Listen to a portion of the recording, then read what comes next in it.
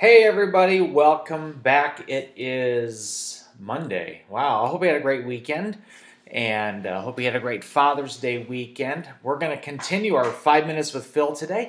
I hope these are helping you out today and I hope you enjoy them. Today, I get to share with you my very favorite Bible verse in all of the Bible. Isn't that cool? It's in Romans chapter 8, so we're going to continue with where we left off, and I'm going to read one verse for you today, okay?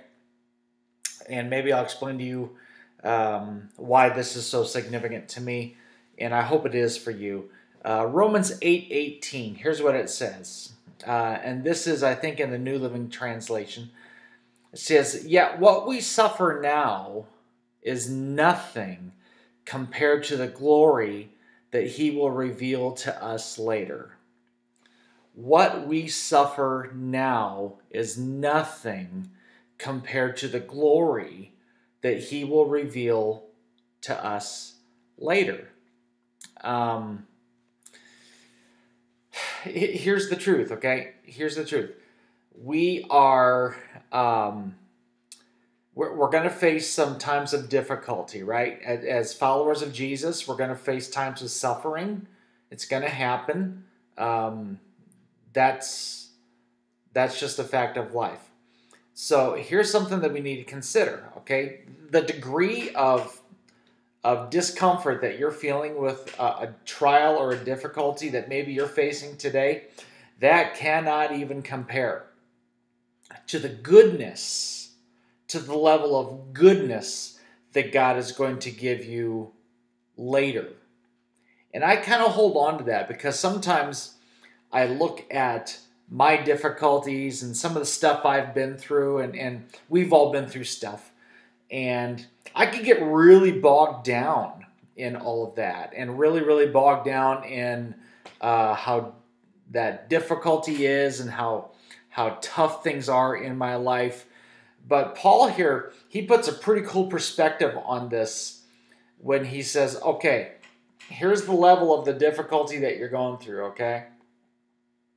But that can't compare to the level of glory and goodness that God has for you later.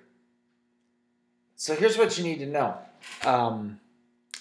This difficulty that you're facing, this trial that you're facing, that's not the final chapter. It's not the final word. Not at all. Not in God's eyes. He has something better for you, and it's up ahead. Yes, there's times when life gets messy and life gets difficult and life gets really, really tough. But God has something better for the future. And some people might even say, well, what if I die? How can that be good? Well, let's remind ourselves of the hope that we have in Jesus. To be absent from this body is to be present with the Lord. That's pretty awesome. Revelation chapter 21 talks about that. The Apostle John said, "Then I saw a new heaven and I saw a new earth.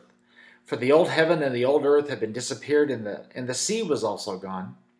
And I saw the holy city, the New Jerusalem, coming down from God out of heaven like a bride, beautifully dressed for her husband.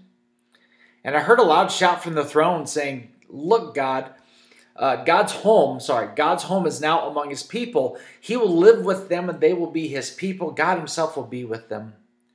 He will wipe every tear from their eyes. There'll be no more death, no sorrow, no crying, no pain. And all these things, they're gone forever.'" This is just temporary, what we're going through. And what I've seen from God is that we don't have to die to experience His goodness.